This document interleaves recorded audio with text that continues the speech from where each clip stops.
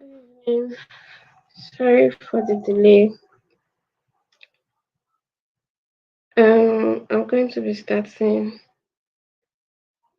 immediately. So today we're going to be talking about tables in Excel, and um, tables. They're a structured way of organizing your data into rows and columns, whereby each column has a header and the entire range is treated as a dynamic object that you can change. So table keeps our data neat, structured, and easy to read. It helps us to be able to easily read our data. Each of our column will have a clear header, which help us when we're working with our data. And table also comes with a preset style. That's the banded rows and columns. Like that stuff we did that day, whereby we have to do the banded rows manually. Once you apply, once you use your table, you can easily, you can, your table can easily give you that banded row and help you to apply different themes to your table. And it helps us to improve our presentation. So, and also another important thing about table is tables help us with our sorting and filtering. It's also the same thing we did that day. Once you apply a table to your data set, you can easily sort and filter your data without any problem. And also it's when you add a new column or a new row into table, it automatically enters, like the formatting you use is automatically there. Just like if you in when we were talking about banded row, you can see that when you add maybe like a roll or something, it seems like it has scattered. But for table, it's not so. The more you add your data, the more you add your rows and column, it still remains that way. Like it still keeps the format. And yeah, so table is very important because it also allows you to have like dynamic ranges. I feel like when I'm showing you, like, you would understand it better. And your formulas automatically updates when you are using table. Like once your formula, like once you add a particular formula, you don't need to go and click on that stuff that is here, this stuff here, and click drop down to flash fill to automatically fill or anything like that. The table will just automatically do it for you. So those are the importance of table. And today we're also going to be doing like partial, like this class is very important because it's like very important for data analysis. Because what I'm basically going to be doing here is like data analysis. Like this is basically what a data analyst will do if they are given a data. Though this data is not so, it's not dirty, but there are some little things that we need to figure out in the data. So I'll be doing this, and I might, most likely I might use this for my visualization. So, but what we are basically doing today is we'll create our table. We use our table to answer these questions over here. And yeah,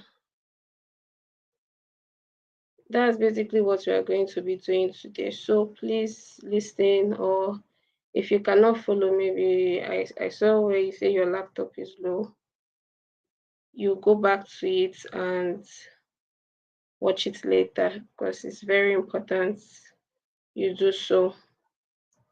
So,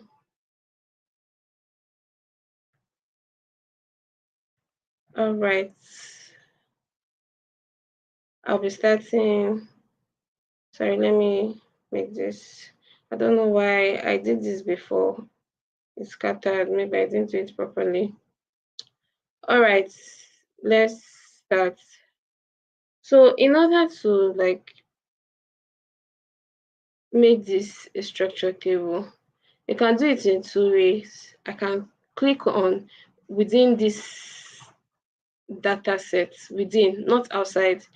You have to click within one of it. So when you click within, you now click Control T. That's how you create a table. That's the shortcut. And you make sure that this my table has headers is clicked, because your table surely has headers. So you make sure that it's clicked and you click OK. And just like that, you have automatically created your table. And see what I was telling you about, the tables comes with automatic styles. You can see that they've given us different styles that we can use. It's not like that one we did that day, whereby we have to be doing it manually. Do you understand? So this one just automatically, it has given us a style, and we just have to choose the one that we are most comfortable with or that we would like to use. There are more down here, but I'll just choose this one class. So this is how you can create a table using Control T. Is either use Control T or let me convert it. If you want to remove your table, you can convert it back to range. Yes. So you can either use Control T or you highlight all this. You can do Control Shift down, and then you go to your insert tab, and you click on table. Yes, my table has headers. Okay.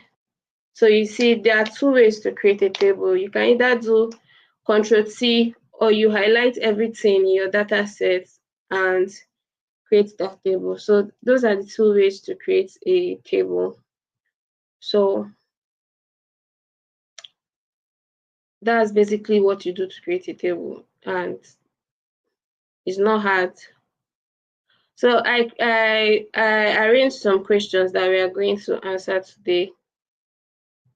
So for the first one is, how many variables of columns do we have? That's how many columns are in this our data set. Instead of us to come here and start counting manually 1, 2, 3, 4, 5, that's very tedious, and we don't want to be doing that. So we can just easily, the formula for knowing the rows in your column is using columns, not column, columns, and then you choose your array. Our array is, okay, sorry. After we created our table, it's because I showed it the other way, I forgot. After you create your table, there's one important thing you should always do after creating your table. Let's go to design. So we've created our table. This is our table name. So we are going to give our table a name because it's a structured table. So now that you've created your table, your table is supposed to have a name, just like your columns. Each of your columns have a name. Do you understand? So your table is meant to have a name. So we're going to give this table customer table. In naming a table, you cannot put space. So you have to use underscore, or you just jam pack it together. So we're going to name this our table customer table and click on enter. So this is our table name. Okay, so now let's go back to our question. So we want to know how many columns do we have, right? So we'll come here, click equals to columns. So one good thing about table now, since we have named our table, we know our table name. I don't that for us to start going back and start highlighting everything, which is not what we want. That's why structuring your table is very important. Naming your table is very important. It makes your work easier. So since we already know that our table name is customer table, we'll type it customer table. See, it has already popped up. And then we close the brackets and we click enter. I can see we have 9 columns in this table. Since it's not much, you can count it by yourself. 1, 2, 3, 4, 5, 6, 7, 8, 9. So we can see that it's correct. So over here, they say how many rows or records do we have? So equals to, we'll do equals to rows. The same thing we did, customer table. We're going to call up our customer table and then Control Shift, close our brackets and click enter. We have 17,422 rows. So that's what table does for us. It makes it easy. You just need to call up the value. Once you know your table name, you know your column name, it makes it easy for you to work with your data rather than going to highlight everything and making your work tedious. So that's basically what table does for us. So we want to know the minimum, sorry, excuse me. We want to know the minimum transaction. So we'll now do equals to min, enter.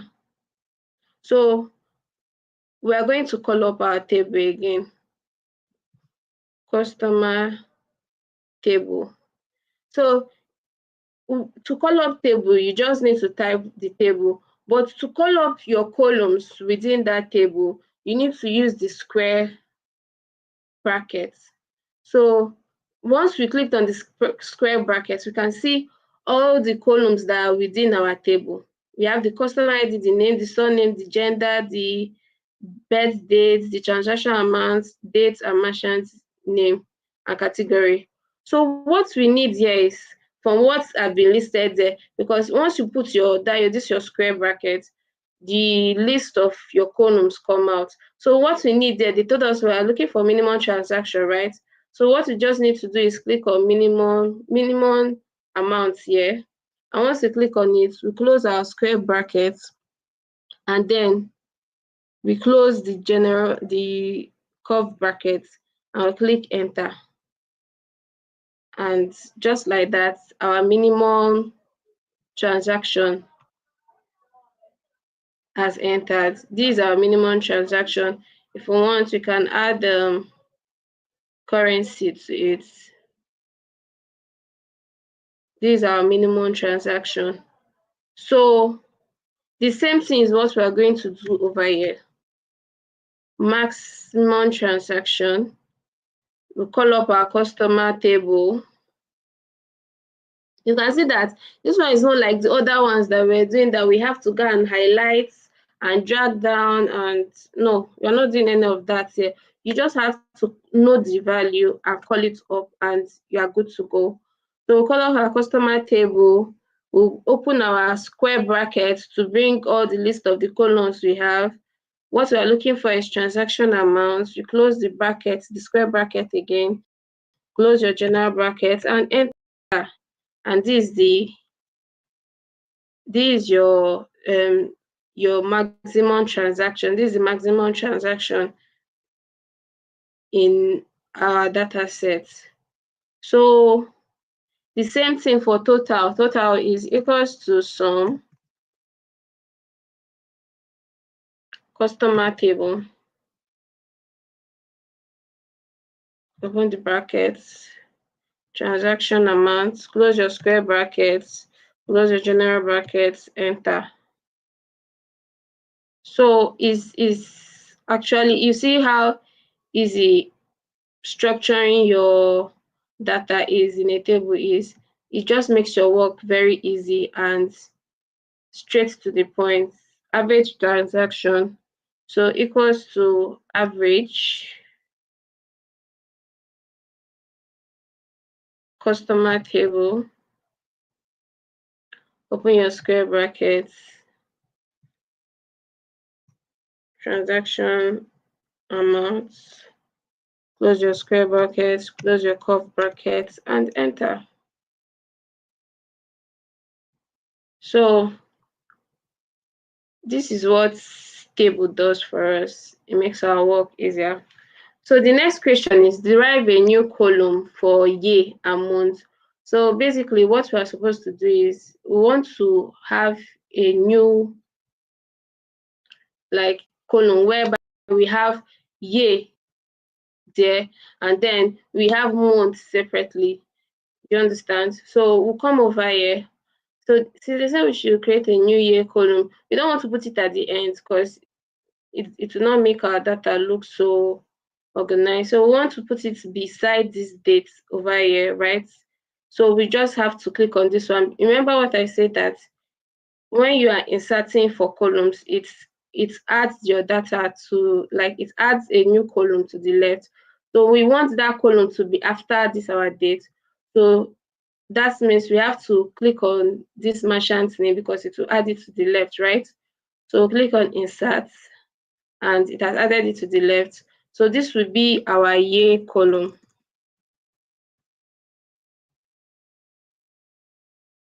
Yeah. Enter. So now, to get in order to extract this year from this date over here, what we need to do, we are going to use the text function.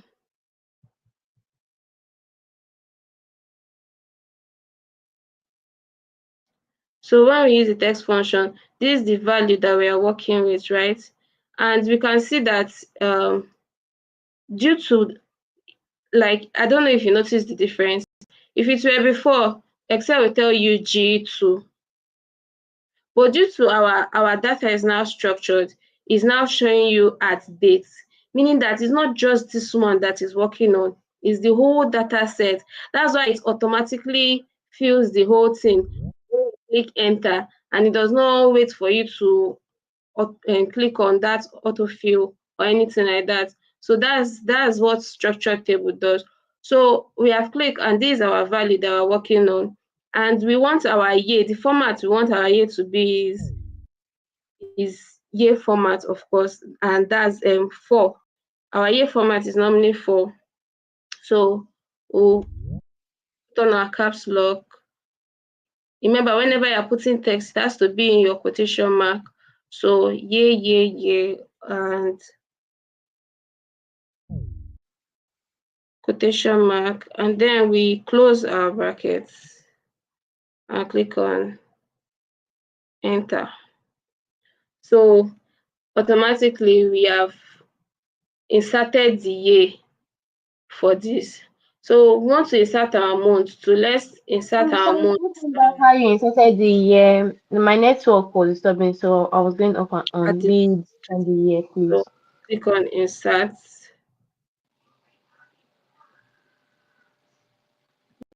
and Okay. click on month.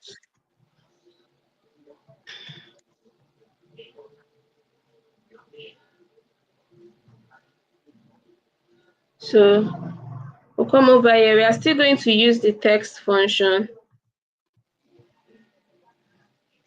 So text, these are value, comma.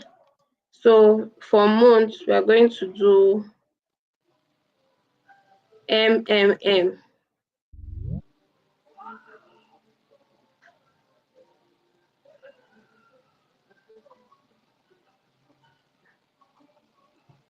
Enter. So if you want, this MMM came out like the 4 M's. It came out in full, like to show you the full name of the month. But if you want your month to be like in 3, you just need to format this and just put something like just 3 M's and click enter. You can see that it's in our short formed the month for us. It's now in APRJUL and so on. But let's put our month fully. Let's not put our months in threes. Click on enter. And that's basically it for Mary. inserting and the months. Hello. Okay, so we'll come over Can here you hear again. me? The next thing we should work on Hello. is, they said merge the first name and the last name together as our customer name. So where is our first name? This is the first name, and this is the surname.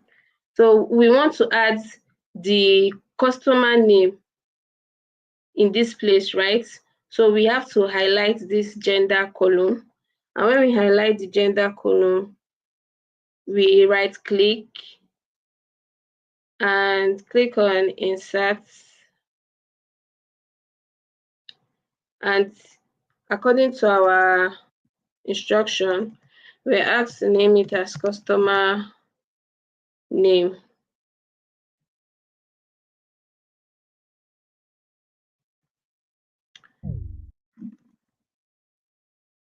Enter.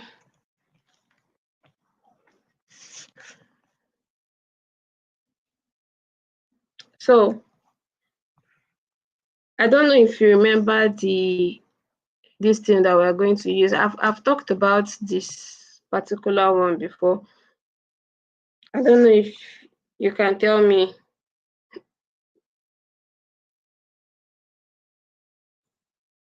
Hello?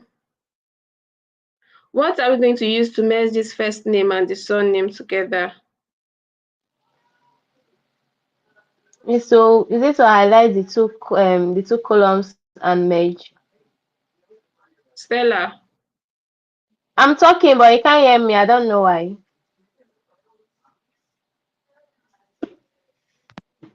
okay, I can hear you. What did you say? Okay. I said I've been talking since you've not been hearing me. I said if you say you want to merge the names, I said is it to highlight the two columns and merge? No, that's not what I said about merging to Because to I was trying to draw your attention back, but you were not hearing me. to which one? Because my network was going off and on. Even the year when you added the year, I wasn't online. My network was just tripping off and on. At some point, I couldn't see your screen. But you can But see I it saw now. that you use them. Is it test function? Yes, you Yes. use the text function. So I saw when you did the month. So I assume you did the same thing for the year. Yes, that's the same thing. Okay, why? Okay, let's do the name now. So for name, you are going to use concat. Co-cast. Concatenate. You Fascinate. can either use concatenate or concat. We are going to use concat. So concat function, let me Excel will give you a definition. Concatenates a list or range of text string. So it helps you to merge text together.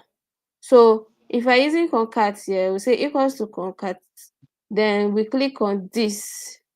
This is the first name, then Okay. comma. There's supposed to be space in between the first name and the last name. So Yeah. we'll click on, we'll open our quotation Sign. this thing, sign, and then you click on space and you close that quotation sign, then comma, then you click on the surname, and that's it. Okay. You close your brackets, Hmm. shift, and you click enter. Okay. You can see that it has joined the two names together. Yes. So that's how you add merge two texts together and into one full name. So that this space is very important. This space is the space that we are seeing over here. Hmm. So the space is very important that you add the space. If you didn't add this space now, this there will not be space in between here. It will just be together and your work will look messy. So it's important that you take note of that space. So we're also derive customer age Okay. After me, derive customer age as different between birthday and other other dates. dates in terms of year. So this particular function I'm going to be using is this function is like a hidden function in Excel, because if I type it now, you're not going to see it. Like it's not going to pop up. You know how normally if you want to type if is going to pop up. It's not going to pop up for us. So Okay. where should we put it now? Let's put it beside our birth date. Shift.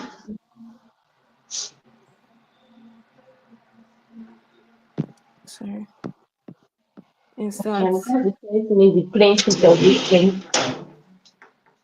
So over here we're going to add age. Enter. So we're going to be using the function dated if. Dated if allows us to calculate the difference between two dates, and depending on what you want, it will give you in year. So we want it in year. So as we have typed this dated if, we'll open our brackets. Hope you can hear me.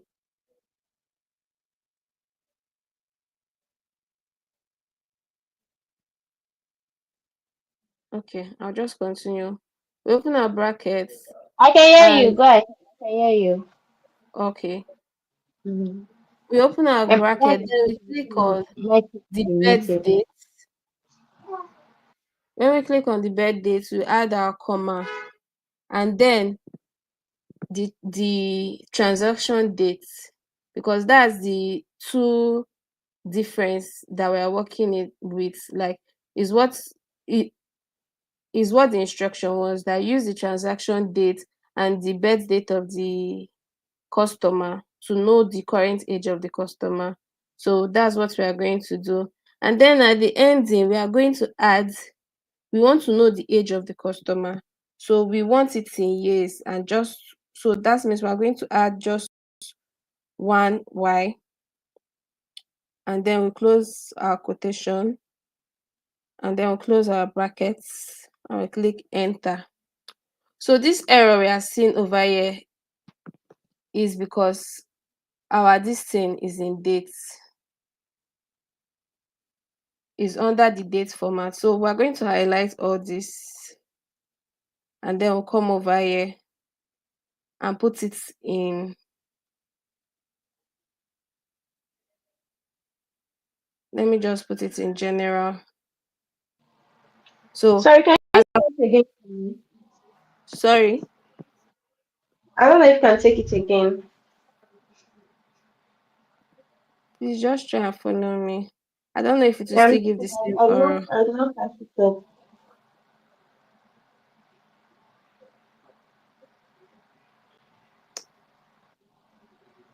Sorry for taking over.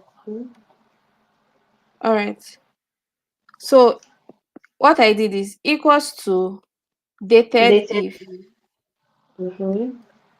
open your brackets, then Okay. you choose birth date of the Okay. customer, then comma the transaction date, because that's what you are using as to know the current age of the customer.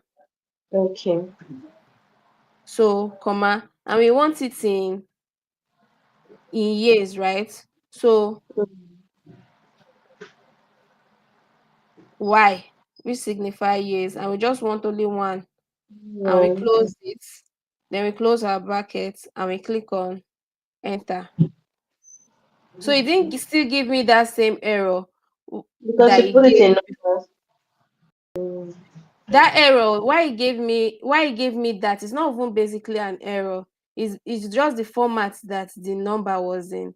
So due to the Yeah. fact that it was in dates, Hmm. that's why it gave me that. Like look at it again. If I should click it again, it will go back to that. So due to the fact that Hmm. it was in dates, but if you put it in number or in general, Hmm. it will give you the correct format. So you can see that this our customer, this particular customer is 20 years and Hmm. so on and so forth. So like that, we've gotten the age of the customer. Then on to the next. So we are asked to derive the age band based on the categories shown on the left side. So this is the age category. So we want to know Hmm. what category each of the customers fall into. Are they teenagers? Are they young adults? Are they adults? Are they seniors? Are they elderly? So we want to know the category our customers fall in. I don't know. Do you know the function that we can use to get this? We'll use if. Thank you very much. So we are going to use if function to get the age category falls in. Let's insert it over here.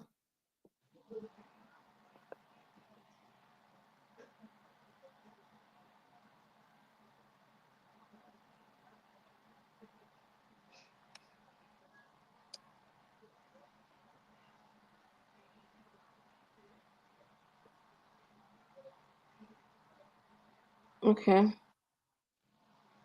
So what we have to do is, let me, I want to, another thing you can do in Excel if you are working. For instance, what I want to do now is I want to fix these panels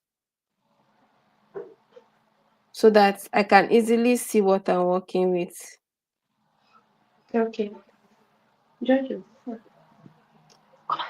You know what you're supposed to do.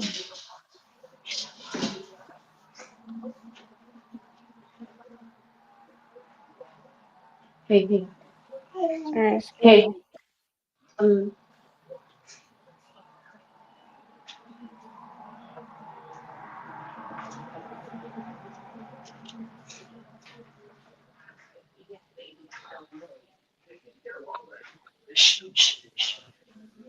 Hey, move here.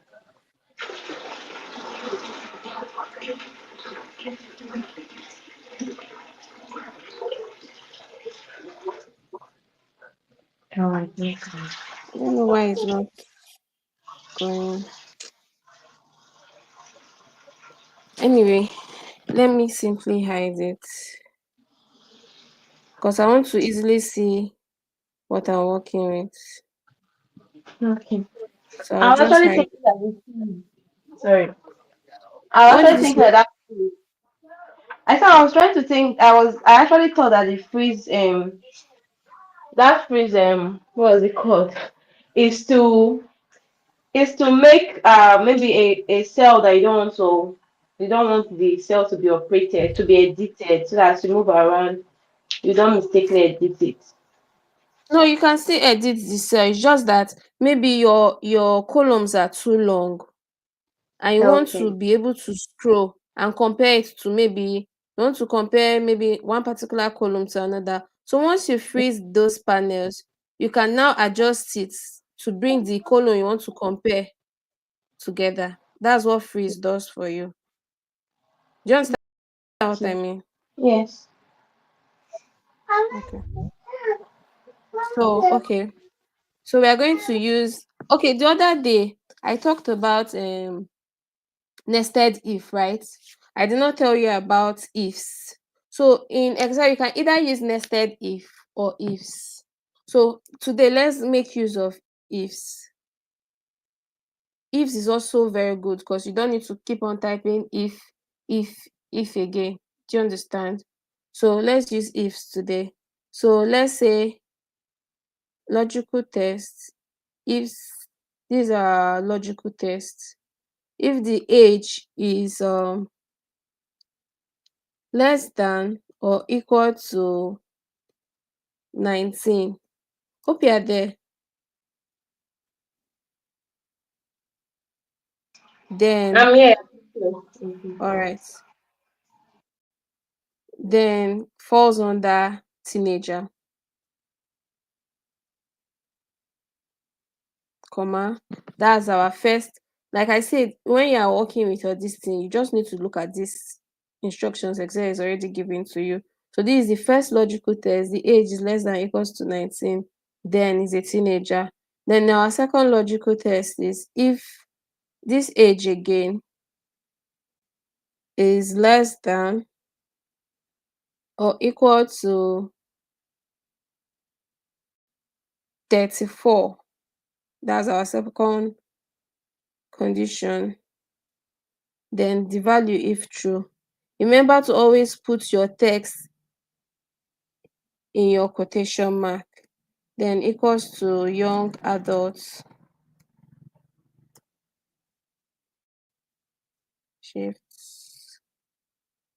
comma. Then the logical test again, if our age is less than or equal to 49, then falls under adults, comma. Then if again the next logical test is less than or equal to 64, then falls under seniors.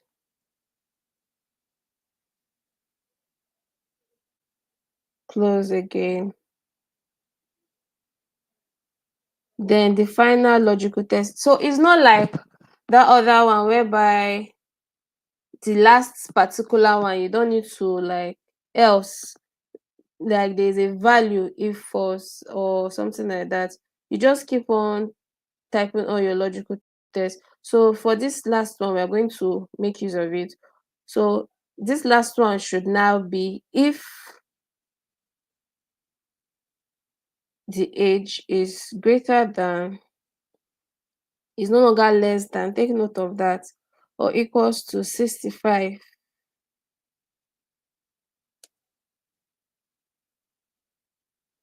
then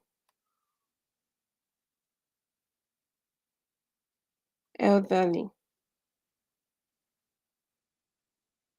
So we'll close our quotation, we close our brackets, and we click on, you see, you don't need to do all those extra brackets and all that. That's one good thing about ifs.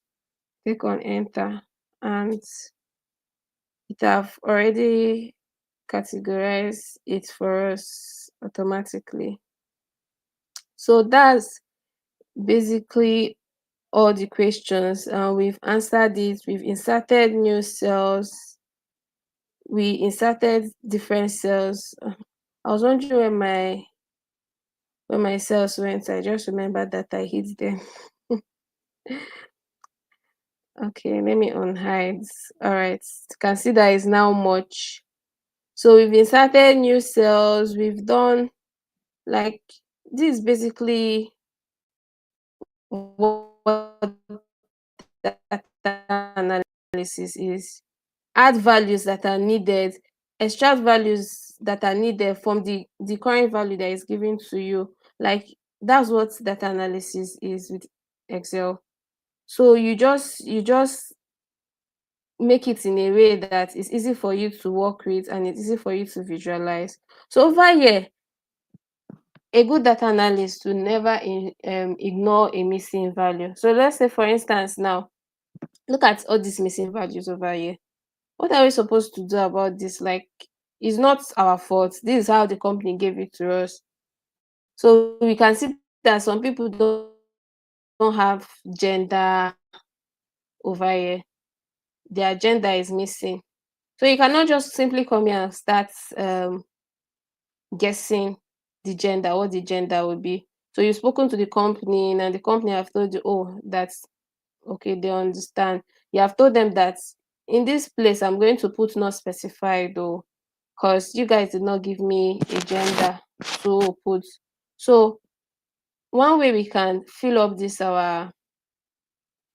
empty rows that we have here is to go to find and replace. So we're going to use find and replace. You can see that before I did so, I've already highlighted this here. In case you didn't notice what I did, I highlighted this cell over here and I went to find. So what we are looking for is, we are not looking for, is a blank space. So basically, we don't need to write anything there. So we will now click on this replace blank space. We leave it blank like that.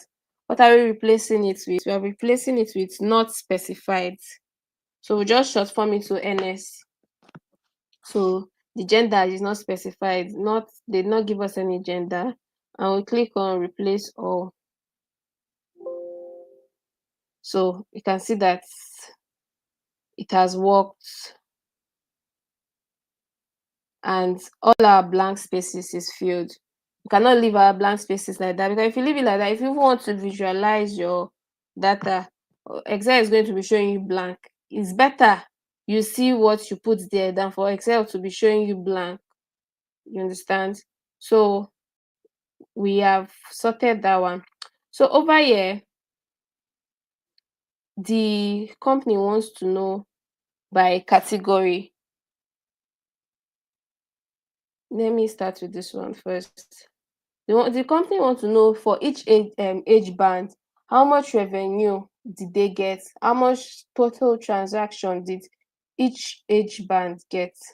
So what we are going to be using for this is, to get this, we're going to be using sum if for this one.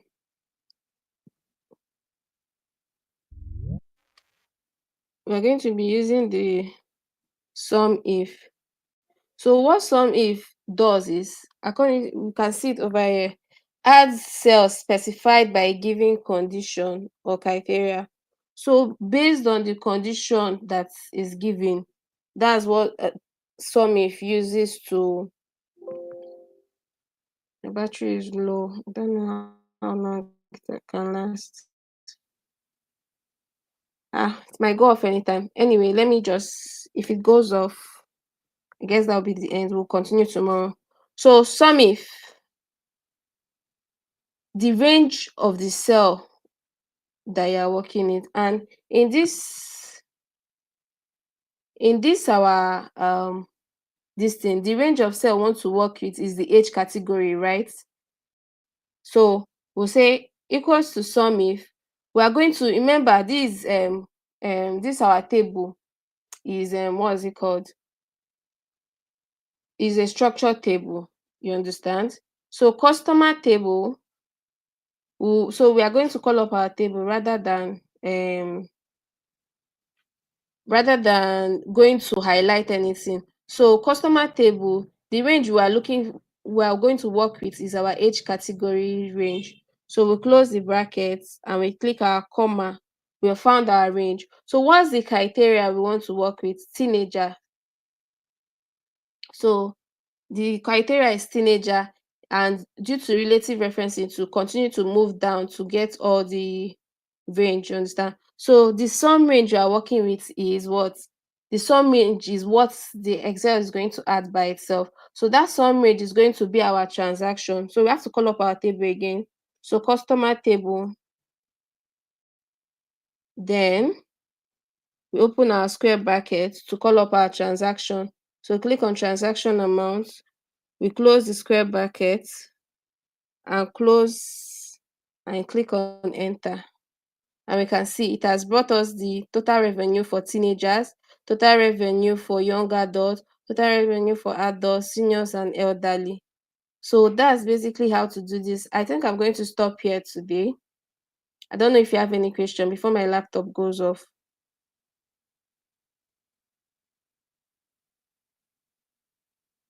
Hello. Okay. All right. Since the laptop is low, now let's leave it for tomorrow. Is this No, last you part? can Because just ask before it goes off. it's not really a question. It's just that I did not really catch it fully. Like I can explain it 100% to you. So okay, customer table age category. Okay, I Yes. just have to call the table, then click on the age category. Yes, the age category is what is the range. When Eze is Oh, talking of range, the range, which range are you working with? So when you have highlighted that range, then what is the criteria? So the criteria over here is teenager. I want to know for teenager. And one thing you need to do is that make sure this is correct, because this is corresponding with your age category. If any of this here is not correct, it will bring out maybe error or reference error or something like that for you. So the spellings of these things here have to be correct for Excel to be able to call it up from your table, from your mm, structured table. So it has to be correct. So that's what I basically did. So this one we are going to use sum if. This one is for different criteria. You want your this thing to meet different conditions. mm. what we are going to use here. Sum if is just for one condition, one criteria. Okay. This sum ifs that we're going to use over here is for Okay, different some criteria. ifs and some ifs. It's different. Okay. Okay. Yes. Yes. So this sum ifs is what we are going to be starting with. But for tables and this particular class, I think we are done and I've done justice to you. So this, if you can even try it yourself, tomorrow is public holiday, so I guess you'll be less My busy. laptop comes up. My laptop just went off. A new laptop. I don't know what happened. It just went off.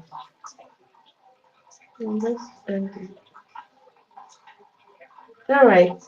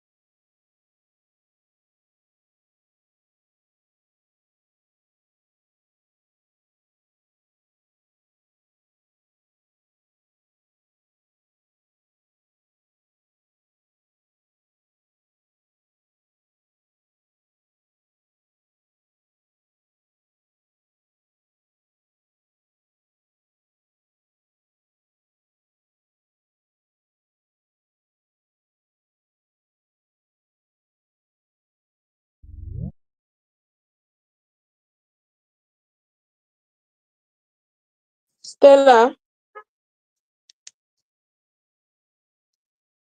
hello,